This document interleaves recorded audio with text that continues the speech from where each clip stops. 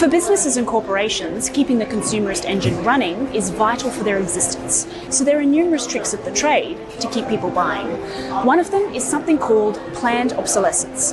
It's a complex name that basically means deliberate poor design. The idea here is that you want to design products to break down after a relatively short period of time, make them very difficult to repair so that people have no other alternative but to replace them quite frequently.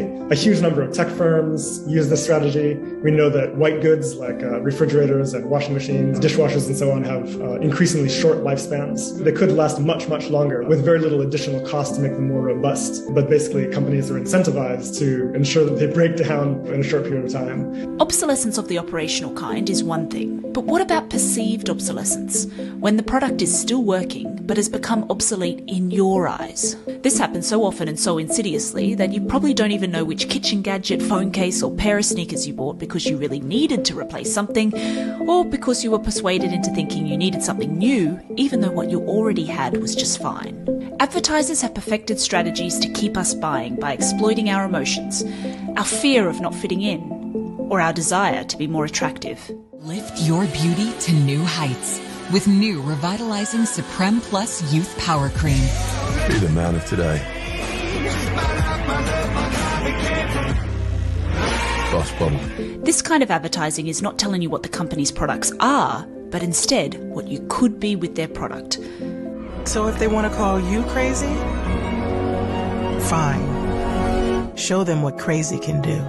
However, in Juliet's view, an even more powerful influence than traditional marketers are our neighbours, co-workers, or the people we follow online. In today's video, I'm going to show you everything I bought from Primark on my most recent spree. When you see other people who got a new phone that has a better camera, it's bigger, it does all these things that your phone doesn't do. Even if it's still working, people are going to want that new one. So there's a sort of performance and social obsolescence. It's less that the thing is going to just break down, which is the old idea of planned obsolescence. It's a much more sophisticated version of it today.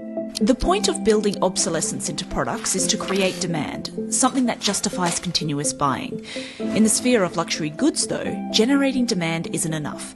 So-called exclusive brands have to be able to justify steep prices, so a sense of scarcity is needed. In 2018, high-end brand Burberry incinerated $35 million of unsold clothes precisely to manufacture that shortage of goods.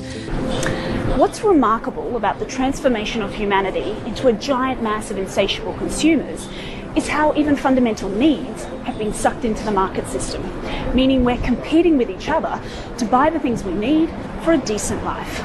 So things like healthcare and public transportation and housing, these are core human needs satisfiers.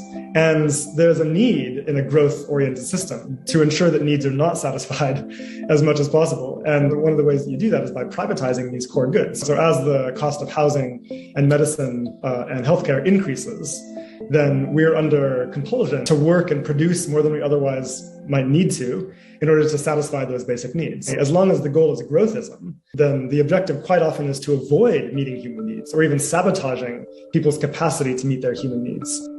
If you have the money, then being a consumer has never been easier. With a click, swipe, tap, our things appear before us. Products are cheaper than ever, even the ones that have to travel across the world to get to us. And the more we're able to buy, the less we know how our stuff gets made, what goes into it, what it demands of those who make it, and what impact this manufacturing has.